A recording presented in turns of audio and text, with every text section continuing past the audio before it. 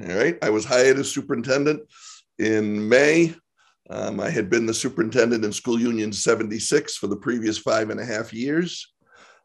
I was their third superintendent in 4 months when I took over that job in April, 6 years ago, whatever it was, 6+ years ago. And I had been, my previous time, a school principal starting in 1995 at the elementary, the middle, and a lot of it at the high school level in Southern Maine. So, and I'm one of those people, from Massachusetts, who decided we didn't like the decision in 1820. So we came back to Maine to buy it back, and bring it back to Massachusetts. So I am a transplant. Good luck with that. Yeah, but I am a transplant since 1987. And I feel like I'm at least I feel like I'm a Mainer, because I'm sick of the people from Massachusetts, New Jersey, and other places who are coming in and taking over. So I feel like I am now one. But no, so I've been a principal in like I said, in lots of large schools, elementary, started a middle school from scratch, and have been a high school principal in 2 of the largest high schools in Maine. Both, when I was there, had about 1,300 students at Noble and at Massabesic. So if Mike was here, in 2000, I almost applied for an elementary position, 1999, 2000, right around there. There was an opening, and so I was thinking about it, but then chose not to. And then in pretty much ever since then, I've kind of just, kept an eye on RSU9 for the same reasons why I thought about applying in, 1999, 2000, because it looked like that they looked at the whole child, the music program, the arts, the literacy, and, its connection to the university, and the fact that Foster Tech right there belonging to the high school. That was always a dream of mine as a high school principal, to have that connection. So I kind of, had looked that way. And then I was fortunate to be offered the position in May. And I'm in front of you today. So I took over, started coming into meetings with people in May and in June, and officially took over in July 1st. So I want to go over a few things with you. I have a presentation that I'm going to, share, and I'm hoping I can share. It says, "Who can share? Only host." So Sue, can you?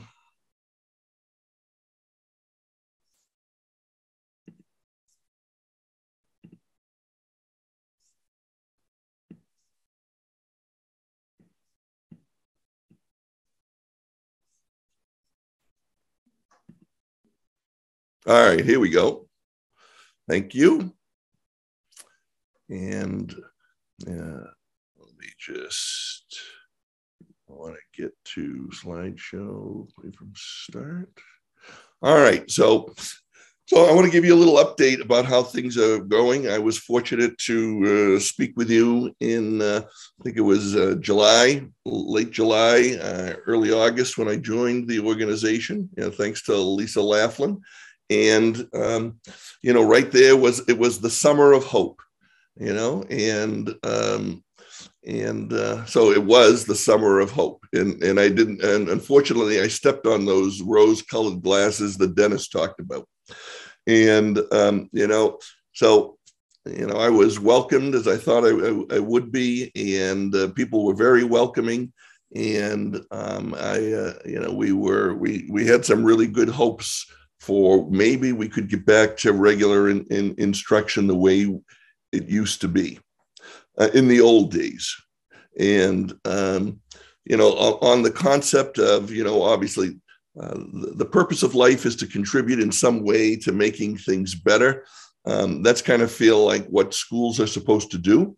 We get to assist young people in making the above happen, ways to contribute. I have something on my stationery that talks about how, how important schools are. They help make the public. And, education is very important. As you know, in RSU9, it has always been thought of in high regard. RSU9 is thought highly around the state. And, I think when we came into the summer, we were hoping to get back to some of the things we used to do. And so we entered the school year, with with these 5 priorities. And I would ask anybody to just jump in if you have a question. But we looked at these, 5 areas. Obviously, health and safety, COVID protections, social emotional learning. And when I say social emotional learning, not some of the, the ways it's been disparaged around the nation by some, that we're trying to force people to think a certain way, and I'll just leave it at that. But our kids and our parents and our families, the kids on the one hand, the family on our parents on the other, and then the families as a whole group have been through a lot of difficulties. As you know, you were through those same difficulties, and so had our staff. If you plan to go in a profession or a job, and you have one mindset of how it's going to be, knowing that it'll adjust, and then it suddenly gets completely turned around. And I don't mean an office reshuffle, but you're used to having people in front of you interacting with kids, supporting your colleagues, and then suddenly it's all thrown in disarray. And that's a huge issue for staffs, for parents. Will there be school? Will there not? Will my son or daughter have to be quarantined? Will they be stigmatized? Is this all phony? On and on and on. So, obviously health and safety is key. Full day in-person school. Some kids certainly have been successful in remote learning. Absolutely no doubt about that. And they've been more successful than they were in in-person learning for some reasons that maybe they don't interact well. Maybe they were being bullied. Maybe they couldn't concentrate as well. Maybe they have a great connection to their parents. And so when they went remote, a parent or two was able to help them and assist them. And they built a stronger bond, or they kept that strong bond with home.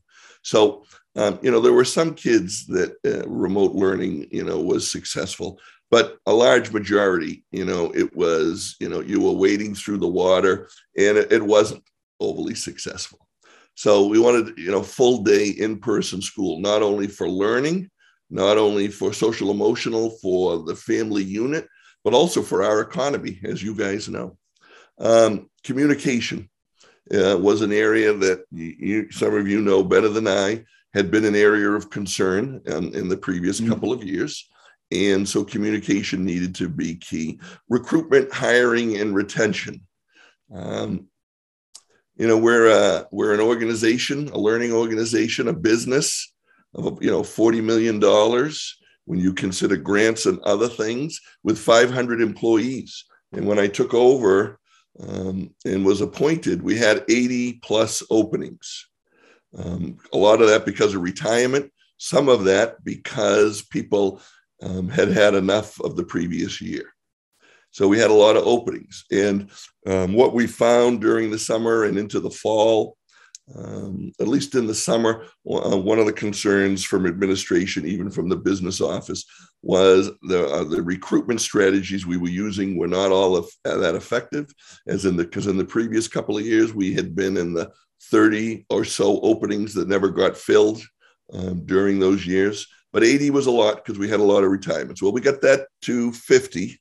And then we've been hovering in that 40 range for the last 4 months. But recruitment, hiring, and then obviously retention. Anyone who's read anything about business and retraining and retaining employees, the cost in resources, either human capital or monetary, is huge if you keep losing staff. and they move and so forth. Hey, Chris, and our board, oh, yes. What is that doing to the average class size? Fortunately, we haven't had to change class sizes too much. A lot of it's support staff, and we have hired several substitutes to act as teacher. So class size hasn't been affected as much. One thing it has done is we have been able to hire people under emergency certification, which means they did not necessarily train to be a teacher at first, but it gave us an opportunity to work more closely with them.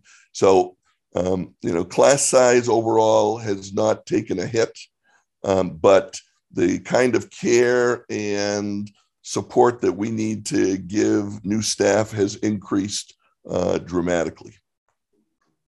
Chris?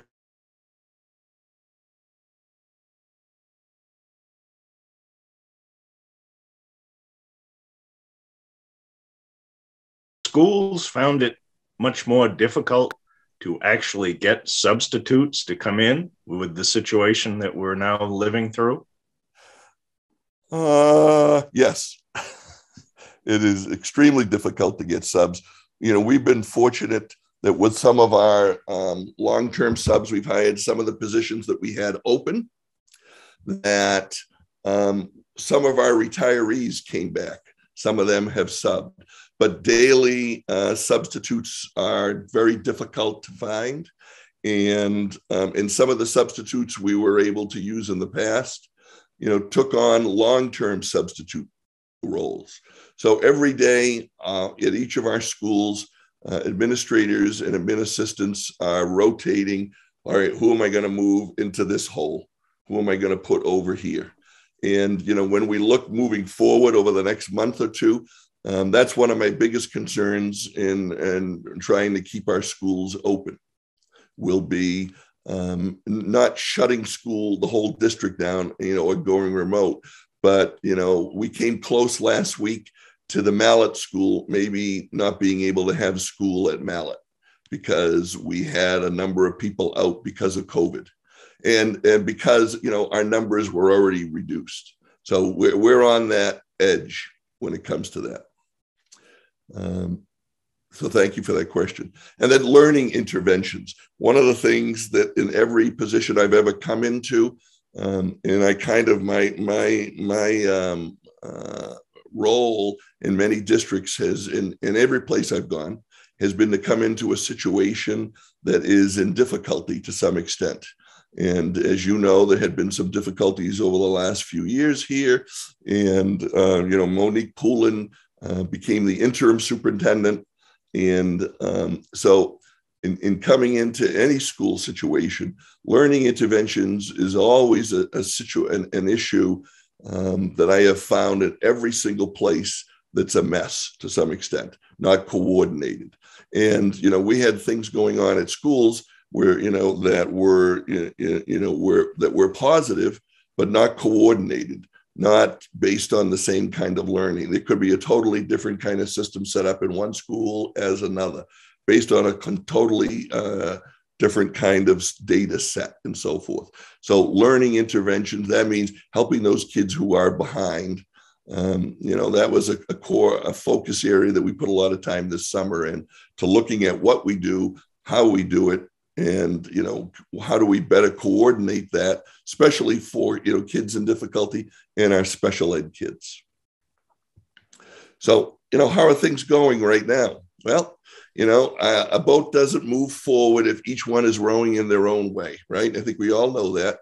And I would say that the year started off well as could be expected. We added, the board agreed to use some of our federal funds to add in a couple of days for staff to make greater preparations.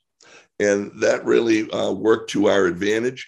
Parents were great about the school. Well, parents didn't complain that the school year was starting a few days later, but parents were really good when the board made that decision to adjust and give our staff. Everyone appeared to understand that. And so, I found, like I had believed from a distance, that RSU9 worked together. And that certainly started off in that direction.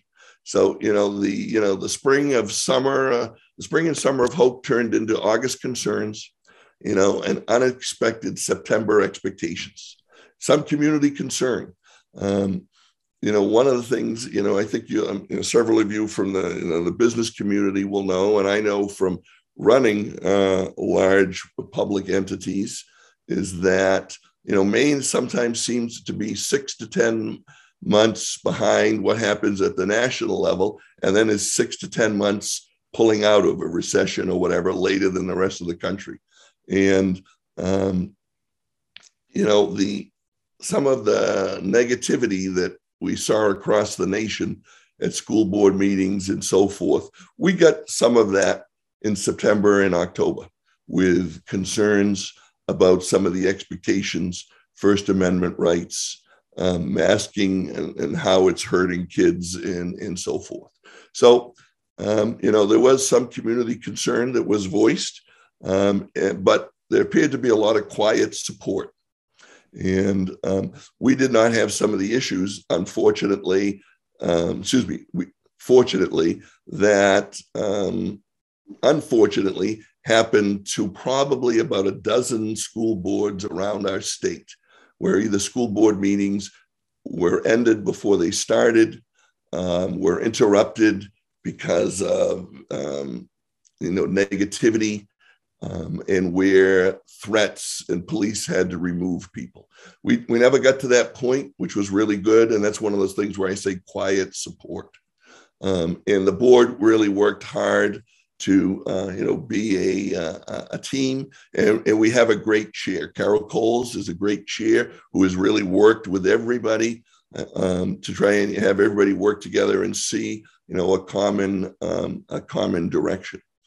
So overall, staff have given it their best shot, turning daily progress into weekly progress into monthly progress. And one of the things I'm always amazed that people do. People think they can talk for kids, right? And they think that kids won't be able to do things, and that kids, are going to have so much difficulty, and that whatever we do is going to affect kids negatively. And kids are so resilient, and the kids of RSU9 are resilient. And our kids were great in the fall. The masks, preschoolers and first graders, and 100% follow through in the elementary schools.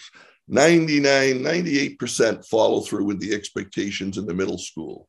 High school, as you may remember, push the envelope a little bit, but a large majority of kids, let's work together. So the kids were great. The kids are always great. I always say it's not the little kids I worry about, it's the big kids. That's us. Those are the people I worry about, not the little kids, because they come, they have hope, they have trust. That's just what they have.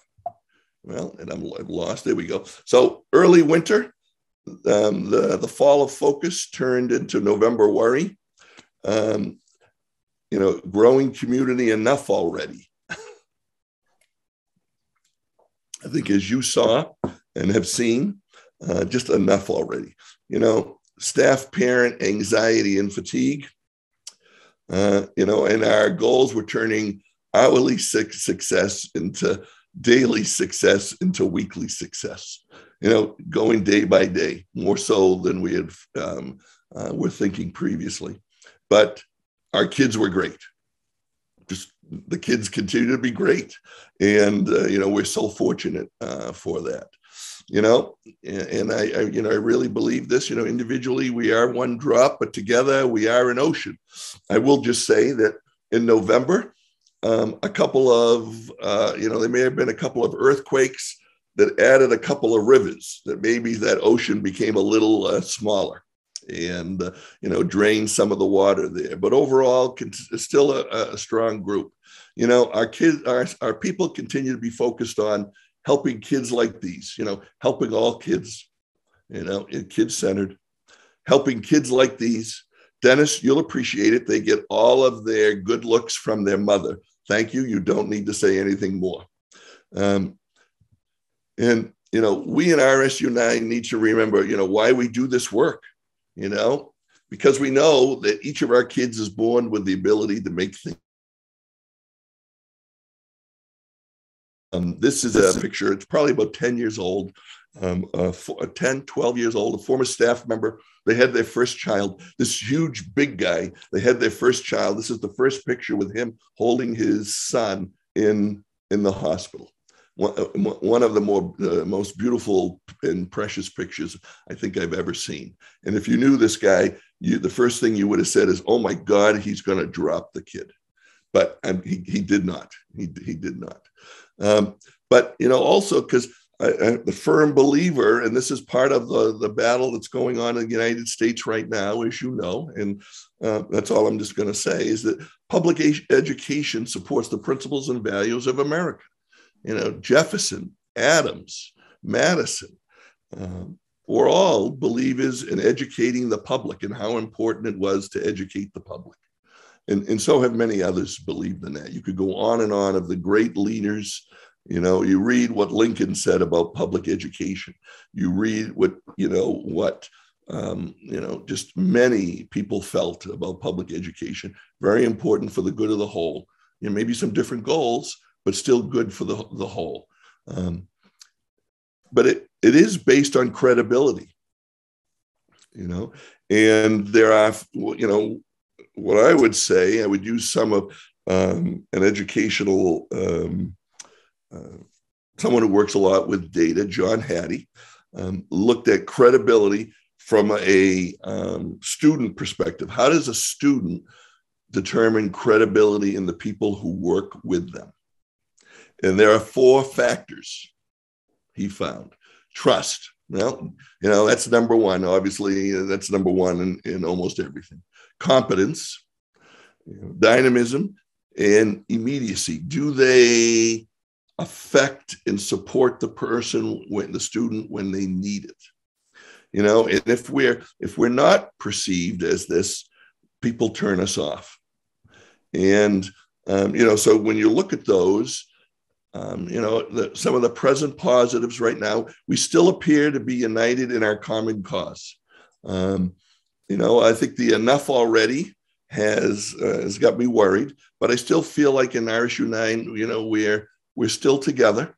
Our staff are still focused on those 5 core areas, which I was talking about there, and I could go through a bunch of things that are going on. I won't. The COVID, the health and safety things change. They've adjusted again in the last 2 weeks. And there was an initial furor with some, and it was kind of funny. I don't know if it was funny, but it was kind of on the opposite. If depending on your political ideology and wherever you might see yourself, in September, there were a lot of people who were concerned about individual rights and so forth. And of course, everybody is concerned about those, but they would be more of what I might characterize as a right-leaning kind of group.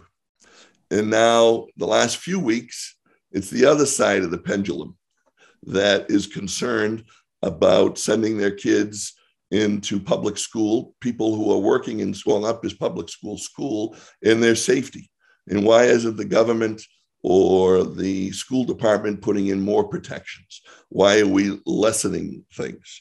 And just as the board did, and as I asked the board to look at, we keep following the science. The CDC knows a heck of a lot more about health, safety, and welfare than I do. I'm not going to get into an argument with Rotary member Joe O'Brien around engineering, because he knows more on one finger than I know on my whole body. And I could go right down the list of people in Rotary. I'm not going to talk about public service organizations. I might talk a little with Lisa Laughlin, but I'm going to consider her the expert, and I'm going to listen and add in thoughts that I know around public education and so forth. So we continue to go by the science. And, when they tell us to adjust, I suggest those to the board, and then the board makes those decisions. And the present positives, our kids are still great. We have to tighten it up with the masking. Universal masking is now the number one focus for the CDC of reducing spread and allowing schools to stay open.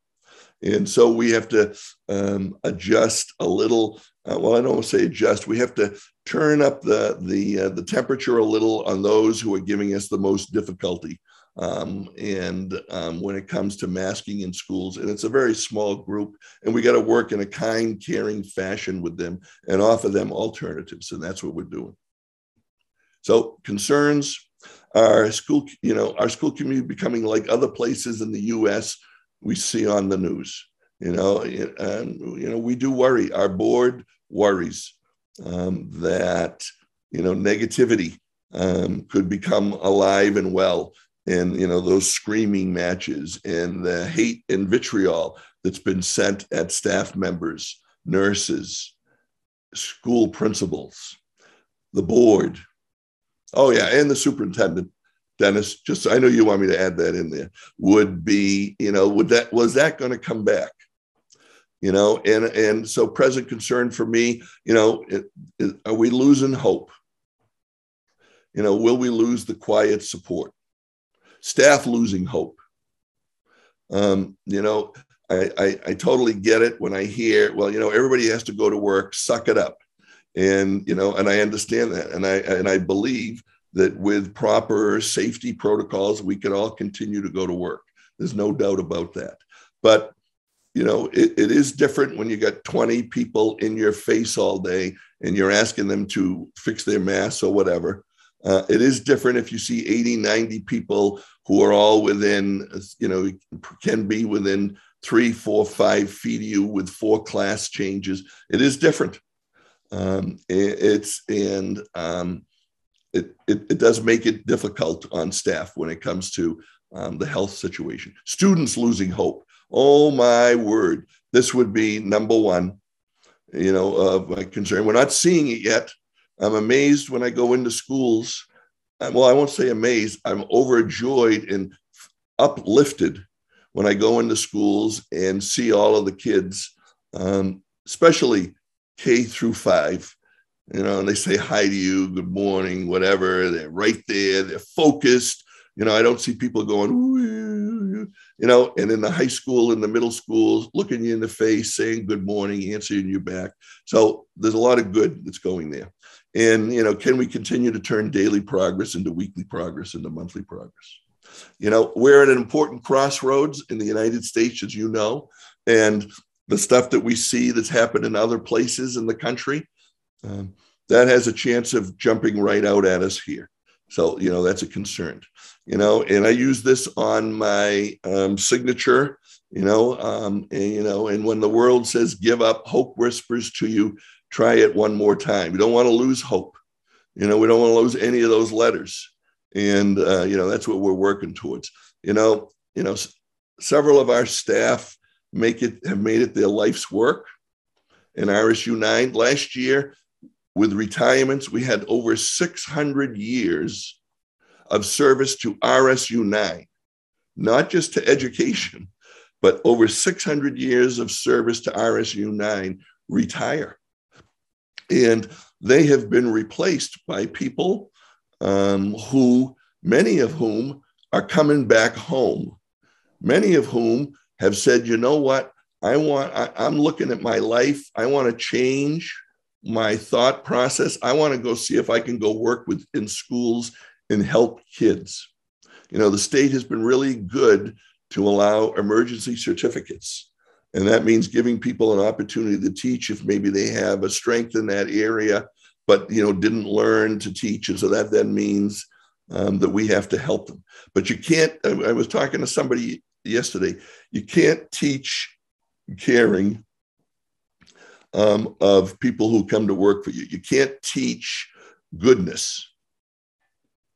You got to hope that those people come with that. And we've had a lot of people come back to the district that I've interviewed, that that administrators have sent to me who want to give this a try, have come back to our community because they want to be part of RSU9. And that's an attribute to you guys in our 10 towns. So I want to thank you for your time. And I do believe that together, the RSU team will succeed. I love this picture. It reminds me of son number 2. It's not him, but on the beach. We used to go to North Carolina when the kids were young in April. And I could see that. I'm not sure if Tyler would have done that to me. We can make this happen, or what are you doing saying we have to leave the beach? But I do believe that we're going to succeed and get through this time. So thank you. Chris, can you hear me now? Yes. Oh, I had my microphone turned down, evidently. I just want to say thank you, Chris, for that today, this presentation. But I do have a question. I know in the industry I am selling real estate that there's a real influx of people still coming to Maine, and it looks like it's going to be that way for the next 2 to 3 years. We're still a good bang for the dollar. And so it's stressing other infrastructures throughout Maine, you know, and do you think it's going to stress the school systems? Yeah, no, I think it's a good point. We noticed in my former district, I would just say SU 76, our school numbers went up, you know, and Sue could tell you about districts where school numbers went up, even though, we've seen an increase in homeschooling. We have about 300 kids or so, 250 to 300 who are homeschooling when we used to have about 100. But the overall numbers in our schools are still pretty close to where they were, even with that number of kids going to homeschooling. So, if they all come back, which of course we would like them to, and some homeschooling works very well, don't get me wrong. And I think it's a great situation for the family that can support it. But the issue will be finding staff. And the issue is finding places for staff to live. And, the real estate has gone up here. I think it's going to be a tremendous burden on more coastal communities and urban communities to some extent than us when it comes to finding places to live, although you would know better than that. And I should add that. Chris, why did you even say that? That's Jeff's area of expertise. But I think that it's going to be finding people. We still have 40 openings and we still have substitutes in some of those positions. And we have openings at all levels and parts of our school community. And so if we suddenly have, 300 kids, or let's just say 200 kids come back, and, it will do something to class size, which, Doug, had asked about, and maybe some others. It will do some things to class size at the high school. But, it will be in finding staff. And so one thing that we heard a lot of complaints from our staff and from admin and from some people who applied was that it was a very laborious task applying for a job in our system. And so we did a bunch of investigations or research into finding a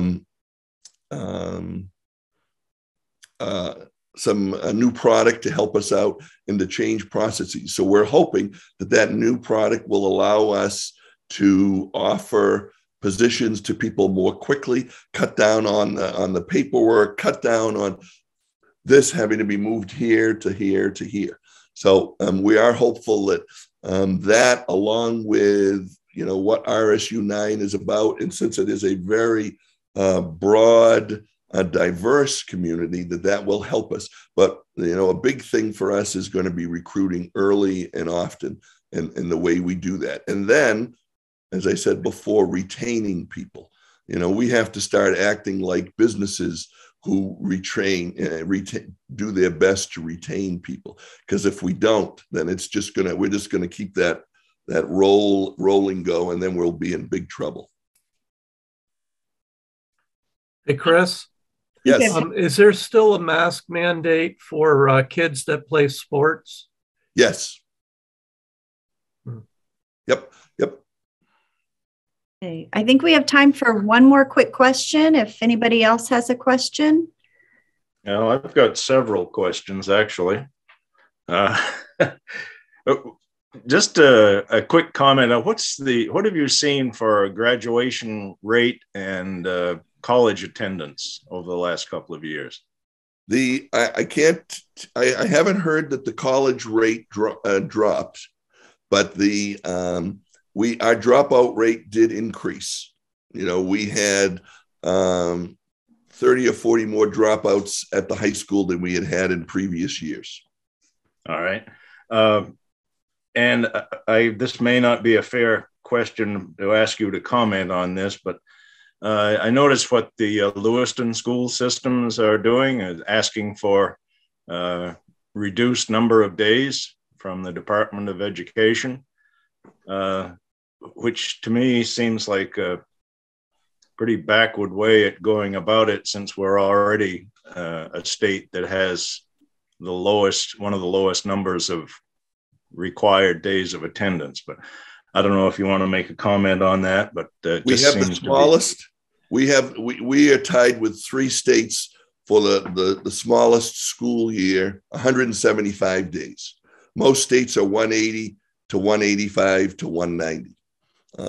But we have the shortest. The commissioner was very clear early in the year. It's going to be rare, if not no, unless there's some major catastrophe, that you can reduce the school year days. I'm not for it.